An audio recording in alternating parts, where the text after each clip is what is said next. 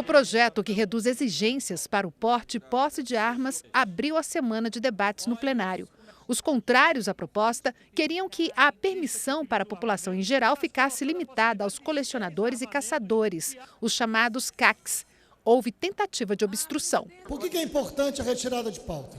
O projeto que chegou nessa casa, ele é um projeto que trata de uma quantidade enorme de temas dentro da ideia de porte e posse de armas expandido sem qualquer controle. Na verdade, a tentativa é do desmonte do Estatuto do Desarmamento. É isso que está em curso. Por esse texto, deputado Ivan Valente, um motorista de táxi poderia ter porte de arma. Você poderia fazer, por exemplo, com que todos os vigilantes tivessem arma não só no seu momento de trabalho de vigilante, mas pudesse ter porte e posse de arma em casa ou no seu transporte. Era uma expansão para diversas categorias que não tem qualquer vínculo com a necessidade de andarem armados. E, ao mesmo tempo, também uma legislação para os CACs, para os clubes de atiradores e colecionadores. Isso tudo misturado num único projeto.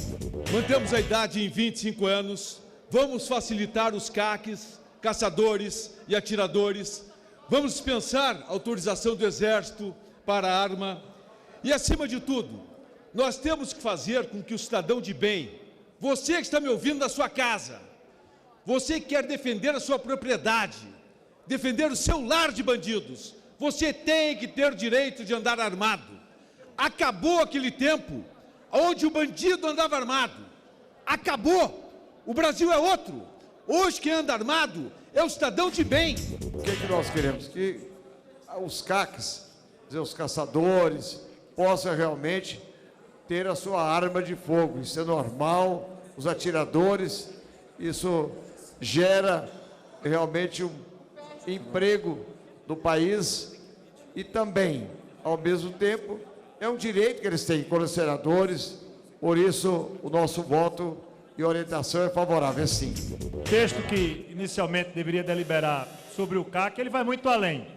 Ele trata de forma ampla do porte de arma, estabelece que qualquer psicólogo, sem precisar de cadastro na Polícia Federal ou em nenhum órgão público, pode atestar a sanidade mental e depois a responsabilidade ninguém assume. A gente praticamente está liberando o porte de arma para toda a população brasileira, se o texto for aprovado dessa maneira, a partir dos 25 anos de idade. A obstrução foi derrubada e o debate aberto oficialmente. Todos nós sabemos que armas servem para matar.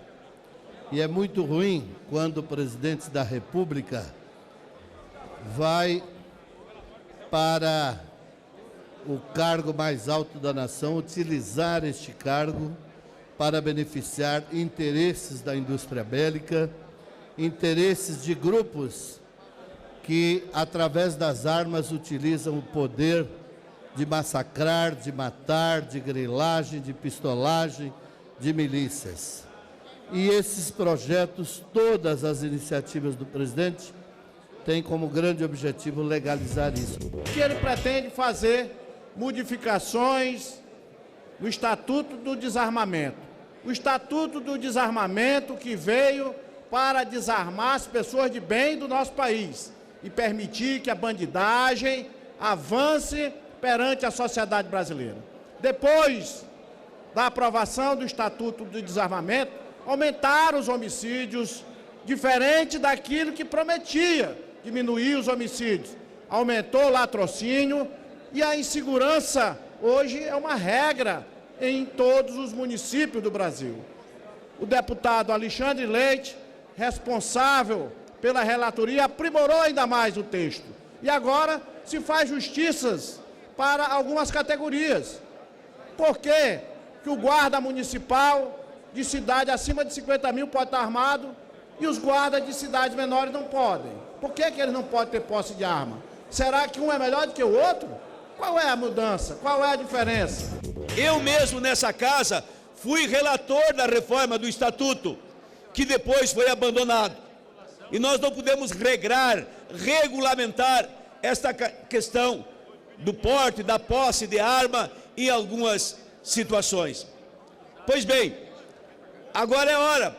Não é de hoje que defendo esse tema. Não é porque o projeto possa ser ideia ou proposta do Bolsonaro, desse ou daquele outro. Nem se falava em Bolsonaro lá nos anos 90. a população brasileira inteligentemente e o povo gaúcho disse não ao estatuto, então queremos regras para ter porte de arma. A votação foi adiada para quarta-feira, quando uma nova rodada de negociações foi feita no próprio espaço do plenário Ulisses Guimarães. O resultado das conversas foi um novo adiamento, definido por acordo entre a maioria dos líderes. E a votação ficou para a próxima terça-feira, quando o relator deve apresentar um novo texto para a matéria. Entre as votações, também houve espaço para o debate sobre a situação política na América Latina. Deputados citaram os protestos no Chile e a virada eleitoral na Argentina. Temos que tomar cuidado porque a Argentina está dando um recado muito claro para todos nós. Nós temos que pensar sempre na liberdade do povo, no desenvolvimento, nas pessoas poderem empreender, mas nós temos que cuidar do social também.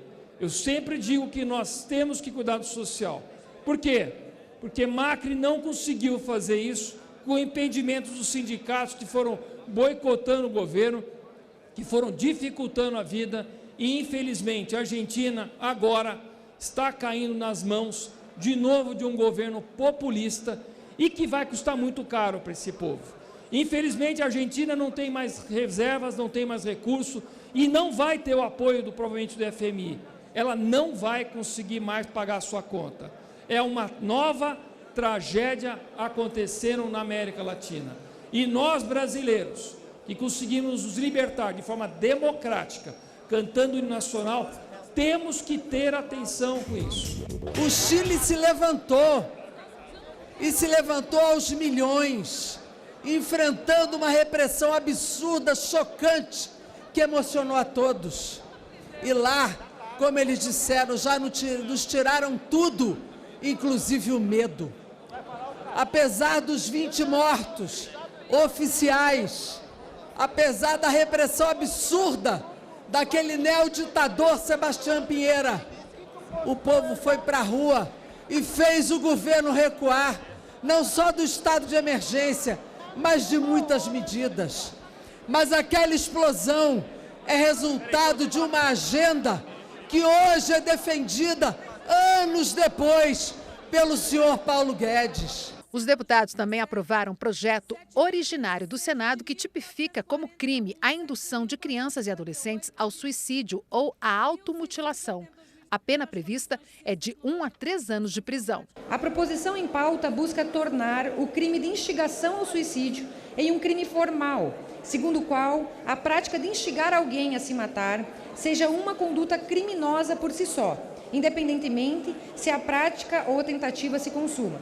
Essa mudança é relevante uma vez que a redação atual do Código Penal somente pune a instigação caso o resultado seja a morte ou lesão corporal de natureza grave, ficando de fora diversas condutas que precisam ser combatidas pelo Estado na busca pela redução das taxas de suicídio.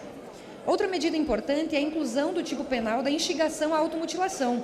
A alteração aqui busca reprimir, essencialmente, os chamados desafios mortais que atingem crianças, adolescentes e jovens adultos, tais como o jogo da baleia azul, o jogo do sal e gelo, o jogo da asfixia e o desafio da Momo, entre outros.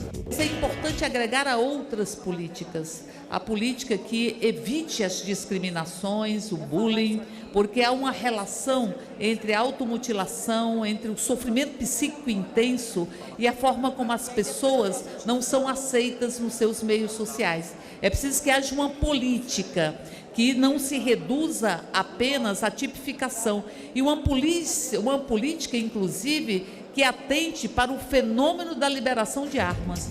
Acho que vamos qualificar nossa legislação com a lógica, deputado Ivan, com a lógica de que nem tudo se resolve com cadeia, portanto, uma pena branda que pode ser substituída por prestação de serviço, mas que vai inibir esses criminosos que praticam esse tipo de conduta, se escondendo principalmente por trás da rede mundial de computadores da internet. O suicídio tem sido uma tragédia na sociedade mundial brasileira, mas entre os policiais e militares com índice maior na média do que na sociedade. Em Minas Gerais estamos vivendo uma tragédia do autoextermínio no âmbito dos policiais e militares e bombeiros militares. Portanto, esse projeto, ele é fundamental nesse momento para que tenhamos, que o Estado brasileiro tenha como agir preventivamente e punir aqueles que estão induzindo a automutilação e o suicídio. Também houve repercussão no plenário de denúncias envolvendo a citação do nome do presidente Jair Bolsonaro no assassinato de Marielle Franco, vereadora do PSOL, morta a tiros junto com o motorista no Rio de Janeiro. Depoimento do porteiro do condomínio onde o presidente tem casa levantou as suspeitas. Não é com gritaria, com xingamentos que nós vamos esclarecer a verdade. O papel deste parlamento é analisar os números e investigar, e não intimidar porteiro. Nós já tivemos situação que o motorista derrubou colo, situação que o garçom derrubou Palocci, e eu acredito que, se isso se confirmar como verdade, é o porteiro que vai derrubar o governo mais desastrado da história da República Brasileira. O jornal já está mostrando que o porteiro mentiu. Na verdade, o que nós estamos querendo saber é quem acuou o porteiro. É quem forçou o porteiro a contar essa mentira. A gente quer saber. Então, a máscara já caiu. A farsa já caiu por terra. Senhor presidente, quem matou Marielle, infelizmente nós não sabemos ainda. Agora, a morte de Marielle está sendo usada pela esquerda para matar a reputação de muita gente. Na quinta-feira, houve reação à declaração feita em entrevista pelo deputado Eduardo Bolsonaro. O parlamentar disse que, se a esquerda radicalizar, pode vir por aí um novo AI-5. O ato institucional número 5, editado durante o regime militar, é considerado a medida mais repressiva adotada durante a ditadura, encerrada em 1985. Não há um pronunciamento, senhor presidente João Daniel, mais grave que este, porque ele atenta contra as instituições democráticas. Portanto, constitui crime, deputado Alessandro Molon, atentar contra as instituições democráticas, crime esse previsto na nossa Constituição Federal. O que Eduardo Bolsonaro falou foi na condicional, não teve afirmativa algum. Ele condicionou: se a esquerda fizer isto, nós faremos isto. Na condicional, nada afirmando, teremos a volta do AI-5. Em momento algum, houve esta afirmação.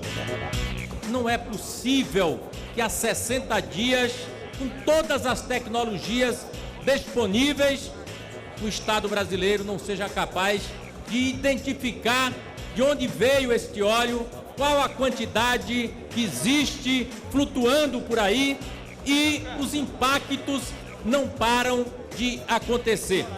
Impacto social, impacto econômico, impacto ambiental, impacto na vida das pessoas, dos brasileiros. Temas de interesse nacional debatidos em plenário, a reação e propostas dos deputados, fatos e opiniões. Faço questão de destacar aos colegas algumas das contribuições do grupo de trabalho.